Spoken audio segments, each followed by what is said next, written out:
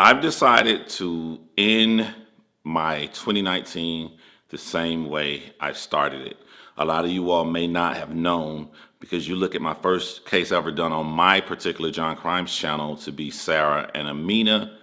However, the first case I was involved before I did that one was on someone else's channel as helped to help a mother by the name of Jessica Rolfe get the story out about her missing daughter, Brittany Shanks. She went missing on November the 30th of 2018. Approximately 2 weeks later, I went onto this panel and I got back into contact with Jessica Rolfe for not so good circumstances, but I'm glad that I was able to get in contact with her to help her out on my channel to get the story out about her daughter.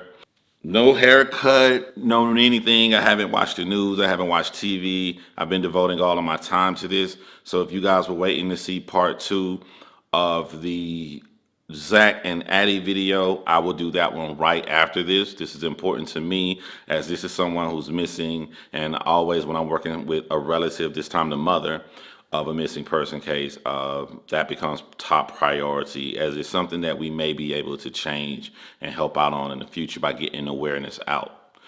So yes, got actors and actresses, they're all working very, very hard for this, and I hope that I'm able to, get her story out. Now, with working hard for this, I am missing everything and I don't have any videos to put out here because it's really hard for me to just put out a easy, quick video where you look something up and then you put it out. I always do extensive research. I always go to the entire background of the person I'm covering. Typically try to go from birth until the time of the incident or even after that. So you can't do those videos very quickly. I was on a panel last night by the guy the name of The Glare, and they told me that there's this really popular case by a lady by the name that's missing by the name of Heidi Broussard. She's been missing for approximately 7 to 8 days now by the time of me filming this morning. On this panel last night, everybody was saying this is the next Chris Watts. John, you got to watch his interview. You got to watch his interview. We would love to see what you think about his interview. So I just took my children to school after driving back thinking, oh, I got to watch that interview. I don't have video out. This could be a quick video I could put out here, have some content on my channel, and you guys can get your questions answered about what I think about his interview. So that's what we're about to do right now. I have not seen his interview. What I know of the case may or may not be true. It came from people on the panel last night. A woman by the name of Heidi Broussard. I think she had a 7-year-old son that she took to school in Austin, Texas, and he had a book fair at school, and she also had a new 3-week-old baby by her fiance, Shane Carey, right? I think that's correct. So she goes to the book fair, and she comes home, and no one sees her again. We know that she comes home because her car is at the house. I think her purse is in the house, but there's no keys, if I'm not mistaken. And the surveillance video, she had on a purple hoodie, and when she was at the book fair at the school, but they found the purple hoodie at her home. That's what people were saying in the comment section of the panel I was on last night. I have not done any research on this, so I can't confirm anything I just said, which will probably make this a better video. This is my raw first time getting any kind of details on it. I have the video right here, so let's watch together.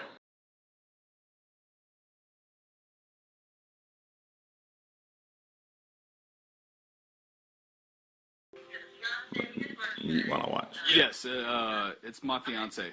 Yes, ma'am. So Shane just gonna talk to you then? Yeah, I look down when I talk. I'm sorry, I'm gonna look down the whole time probably. Yeah. He looks down when he talks. Tell us about the day your fiance and your baby went missing. Like, what kind of day was it? Was it a regular day? That was just a basic Thursday. We have basically have a routine every day. I get up around 6 a.m.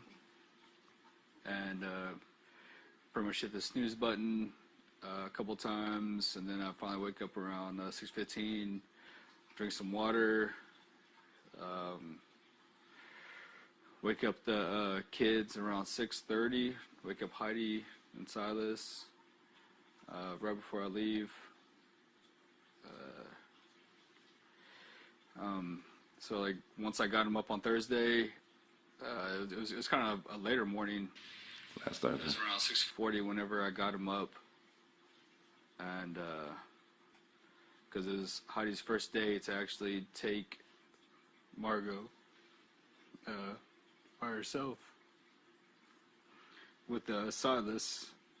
So pretty much gave So as of now in the video, what stands out is he says that he wants to look down.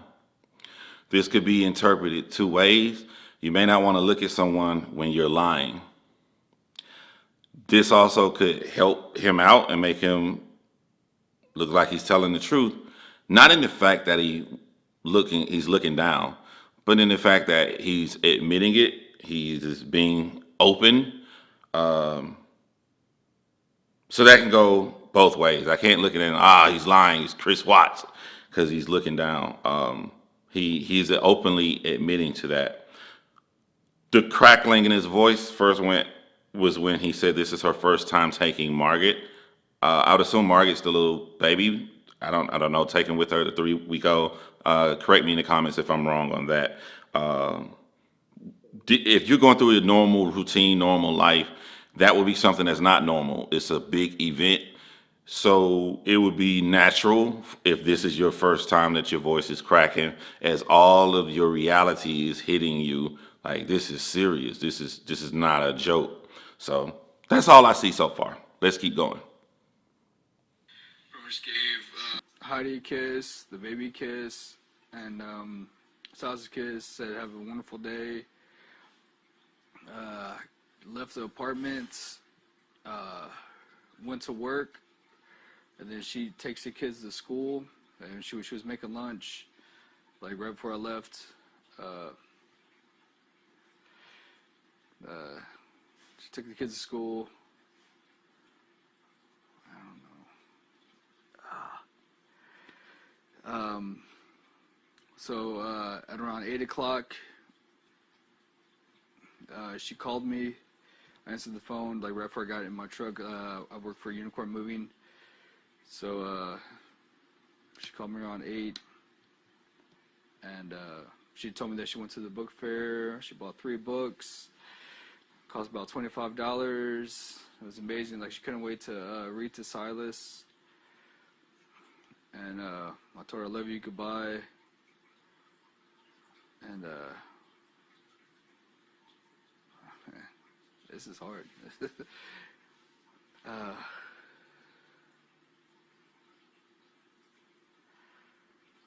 your time. Yeah. Okay.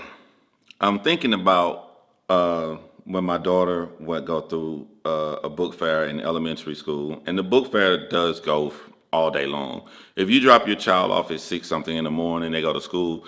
They can go to lunch. I'm sorry, they can go to breakfast, or they can go directly to buy a book. The book fair is open from that soon.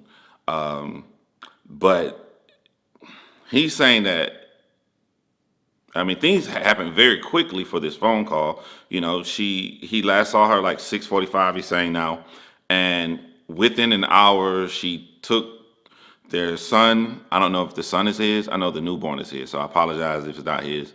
But she took her child to school, to this book fair, driving there, getting out of the car, going to where the book fair is, picking out 3 books, everything, and back away. I would assume away from her son. I'm assuming, away to where she can call him and then tell her about her day. All of this happened fairly quickly for it to be around 8 a.m. But he could be getting things wrong. He seems extremely nervous, which would be fair to be nervous in this situation. But I want to keep going.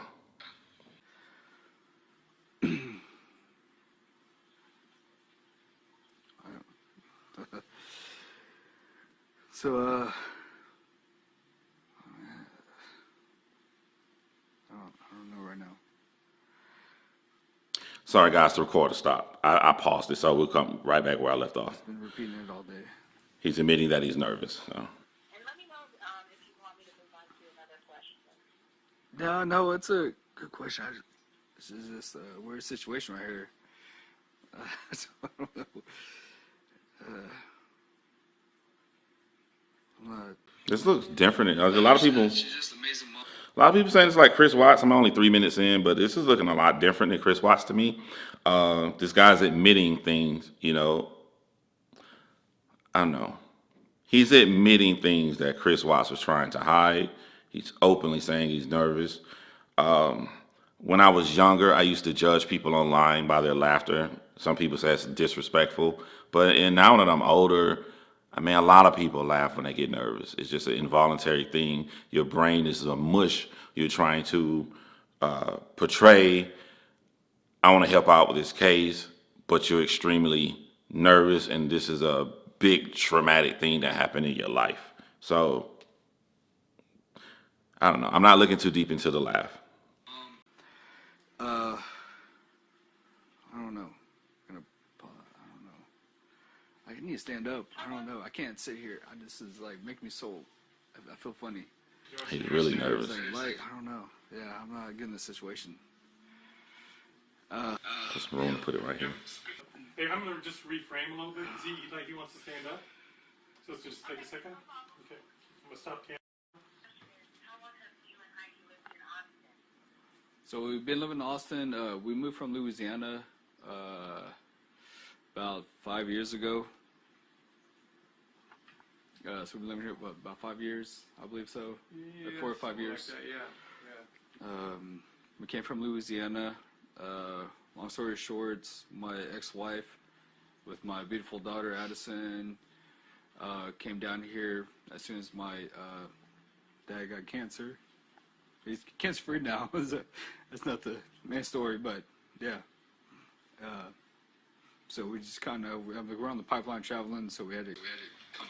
So if you want to compare the laugh, and if you think that just means that you're deceitful, it appears his dad is in the room or someone in his family is in the room. He just spoke about his dad having cancer, and he did the same nervous laugh. So this is just something that this guy does when he's nervous. He's just really nervous. Come down here. So we moved back to Austin. All my family's here. So Shane, as much That's great. as I know.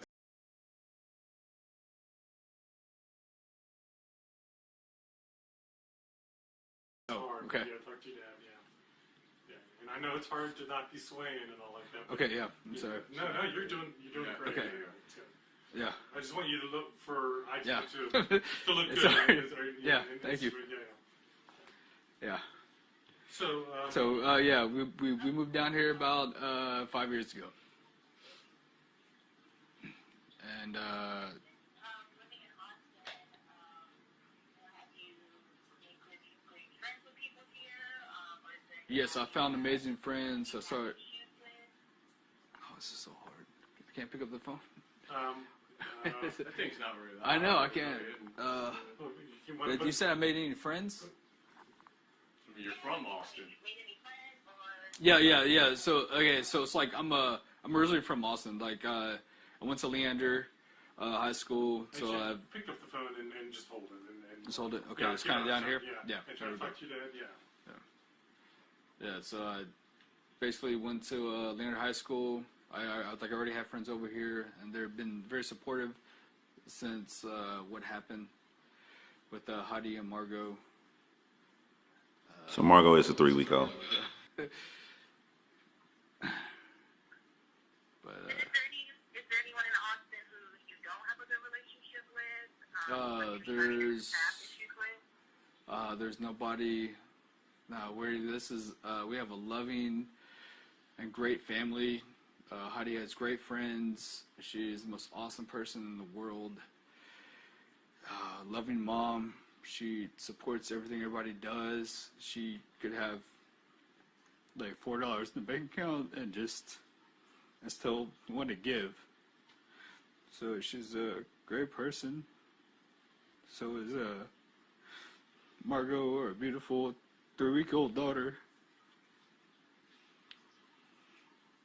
So yeah, there's no enemies. There's nothing that. Is that tears? would be Okay, he's negative, real tears. or anybody would want to harm us at all. No. And with Heidi, the morning she. He's clearly crying, unlike Chris Watts. Um, All right, I'm trying to stop and say little tidbits, but I really want to wait until it's over. Went missing. Was her demeanor any different? Do you want some cleaners? Acting normal? No, I'm good. today? Yeah. What's that? The morning Heidi went missing, did her demeanor seem any different, or was it, a regular day for her too? It was a regular day, so like what I was trying to explain. Hey, Shane, let's drop that phone down a little bit. Okay. So like what I was trying to explain, it was a normal day. It was I woke up at 6. I pretty much do my 30 minutes of my routine like before I get them up. I get a little extra 30 minutes of sleep, and then I get them up, and then my fiance Heidi wakes up with the kids, and we started making lunch, or she started making lunch. And I kiss him goodbye, tell him have a great day at school, and then I pretty much leave for work. And then once I get to work, by the time she drops him off, I'm like getting in my trucks around like 7:40, 7:45, and we always make contact like right before I get in my truck and then go to work, which they just went to the book fair, and they just bought 3 books. It's like $25. And she couldn't wait to read to Silas whenever Silas got home. We just bought 3 brand new books, which is right here inside the house. And that's the last time I actually made contact with her. Shane, so let's drop that phone down a little bit. Try to talk to your dad. Okay. Take it Yeah. maybe like a step or 2 closer to the cam. Okay. Yeah, that's good. Awesome. Thanks, man. I know it's tough. Yeah, I'm sorry. it doesn't feel natural No, I know. at all. I know. I'm It's sorry. like, I wonder if that's normal for them to only talk in the morning. When couples aren't in a good space, it's a factual conversation mainly, and did you get this or blah blah blah. It's not a very conversational piece, and it's not. It's they're not going to text or talk all day. He's saying that he spoke to her at 8 a.m. in the morning. Also, it depends on what kind of job you got. People sitting around in cubicles with office job and all that kind of stuff. They can text throughout the day, or I don't know what he does for a living. Maybe he's at a location where he cannot pull out his phone at all. Typically, in those situations, if you're in a good relationship, you would talk at lunchtime. I don't know. It just seems the world that we live in now, people in a great relationship, they will find a way to text more than just once in the morning. But that's just something I was looking into. okay. What's the next question? Yeah. Could you just talk a little bit more about when and where was the last time you saw Heidi? Yeah, it was actually like before I left this morning at 6:40. I left the house at 6:40. They asked him this already, huh? I left the house. I'm gonna look at the light. I left the house at 6:40. And that's the last time I spoke to my son. Dude, I can't. This is weird. I know. It's So you're moving my dad. You're moving like I can't be professional. I'm not. This is, dude. Okay, I'm gonna call you back or something.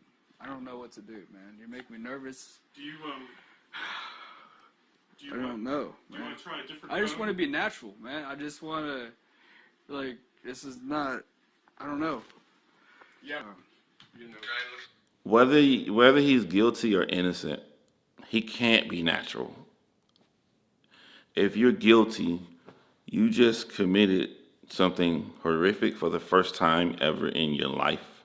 You are now in it. After that happens, you're in it. It's you versus the police department, however many jurisdictions. You've never done this before, and the spotlight is on you. A lot of cameras and stuff I mean, I'm used to it. I make films, I do videos like this, so I'm used to setup and you seeing like stuff like this in my face. But imagine a normal person. He's not used to this. Whether he did it or not, he needs to. He's trying to be something that, unless he's a sociopath, he can't be. If he did not do this, he has a missing wife and child. This is abnormal.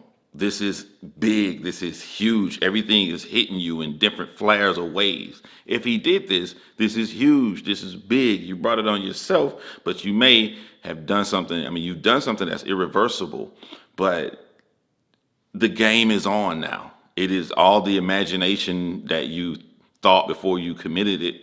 Now you've committed it. Now you're inside of the game that you started. So either way, he's going to be nervous. He should be nervous.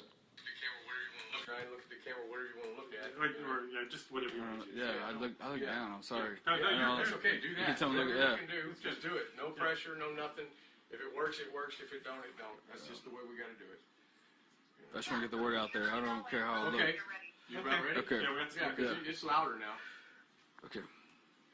Yeah, so my other question was, is there anything important of Heidi that's like missing right now? Like, is her cell phone there? Anything valuable missing? There is nothing valuable missing. Her purse and her wallet and everything was up here. Her cell phone is missing. It's been turned off.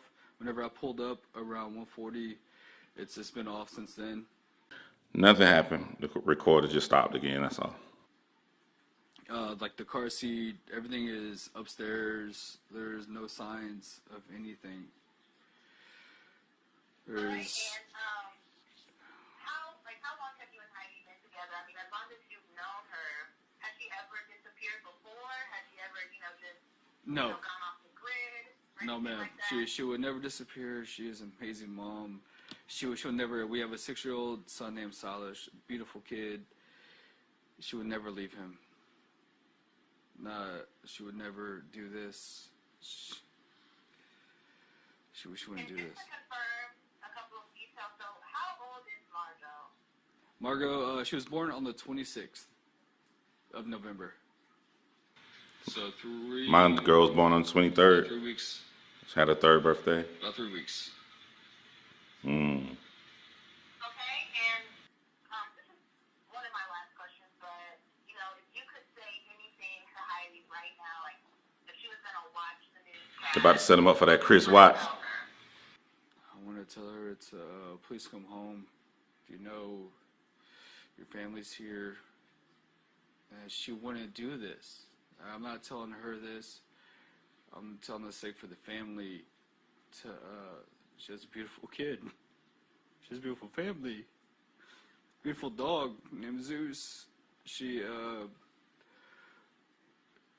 would not do this by herself. She would not be doing this.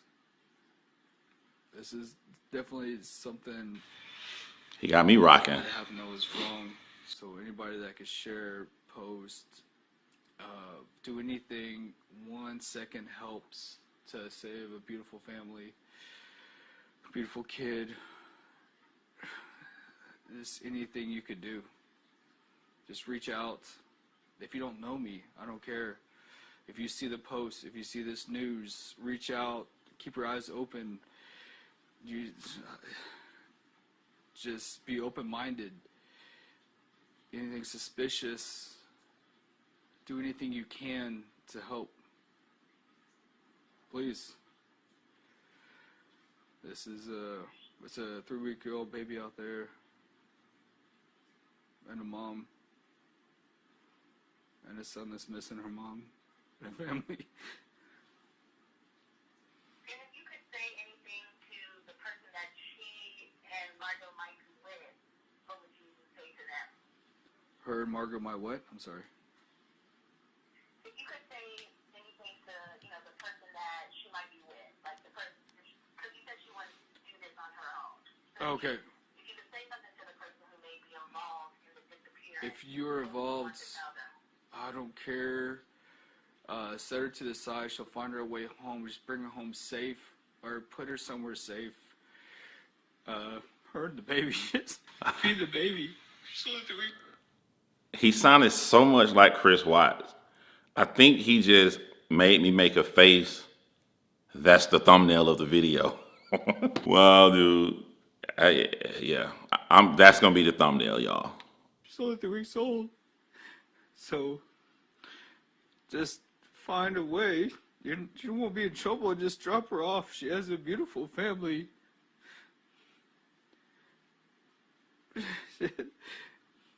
Drop her off anywhere. I don't care. Just make sure she's safe and okay. The baby's okay. And then right away. I don't know what.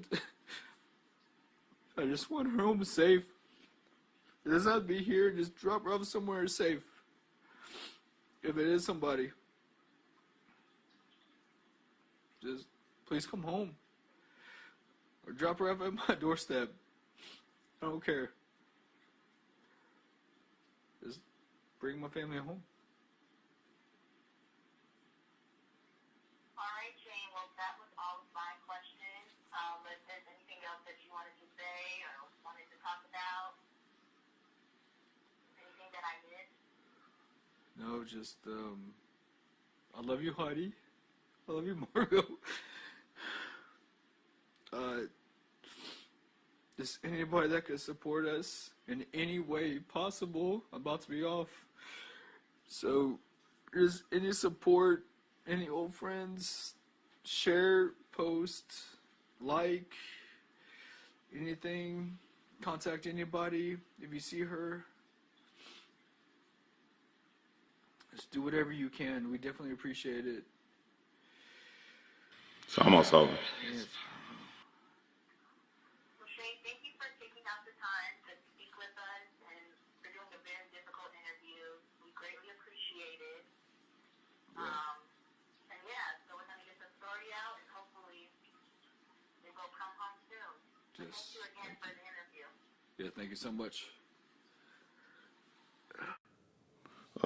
That's the end. So here's okay. I got a lot of things I want to say. All right. Firstly, as a lover of true crime and watching a bunch of men go around and trying to do horrible things to their girlfriend, fiance, or wife, I find it funny that the new standard that you're going to put every person whose girlfriend, wife, or fiance, when they come and do an interview, the new standard is Chris Watts. Like, why? Why is it Chris Watts? Why is this obsession you guys have with Chris Watts? I don't, it's like, you know how many interviews I've seen when people come up here, but you guys want me to compare him to Chris Watts, man. Like, it's so annoying to me, to be honest with you all. Okay, so here's the deal. One of the reasons I felt that this was a no-brainer that Chris Watts did it was he was trying to be somebody that he was trying to answer in a way that he think that he wants people to he feels that this is what a person would say in this situation. His arms were closed. He was very guarded. Shane Casey arms were never closed. He was never guarded. He was always honest in how he was feeling at that time. Or I should not say that he was honest. I don't know. He could have been lying through his teeth. He just appeared to shout out how he was feeling at that exact time. And that's what a lot of people don't do. I don't know if this is true or not. These are people who were in the comment section last night. I have not done any research, but they were saying that he called the police around 7 p.m.-ish, right? Or sometime later that afternoon. Typically, when people do something, they call earlier because they're trying to do what they think an innocent person would do. And they would think that an innocent person would call sooner. But in the real world we live in, there's so many reasons why the person you're dating would not answer their call. So it's typically that you call the police later. And also, this block of time from when he came home to when he called put him in trouble because he no longer has an alibi. And this could be the time that the crime was committed, if there was one ever committed. But everything that I saw, yes, the swaying, the nerves. Yes, he was nervous. Yes, he was laughing and all of that stuff. If you say someone's laughing, it sounds bad, but like So many people do that when they're nervous. What I got from this interview, I got somebody that's extremely nervous. Now, why are you nervous? Why are you nervous? Are you nervous because you're in that spotlight and you did something wrong? Or are you nervous because this is insane? I want to just put y'all into the mindset like, if he did not do this, this is crazy.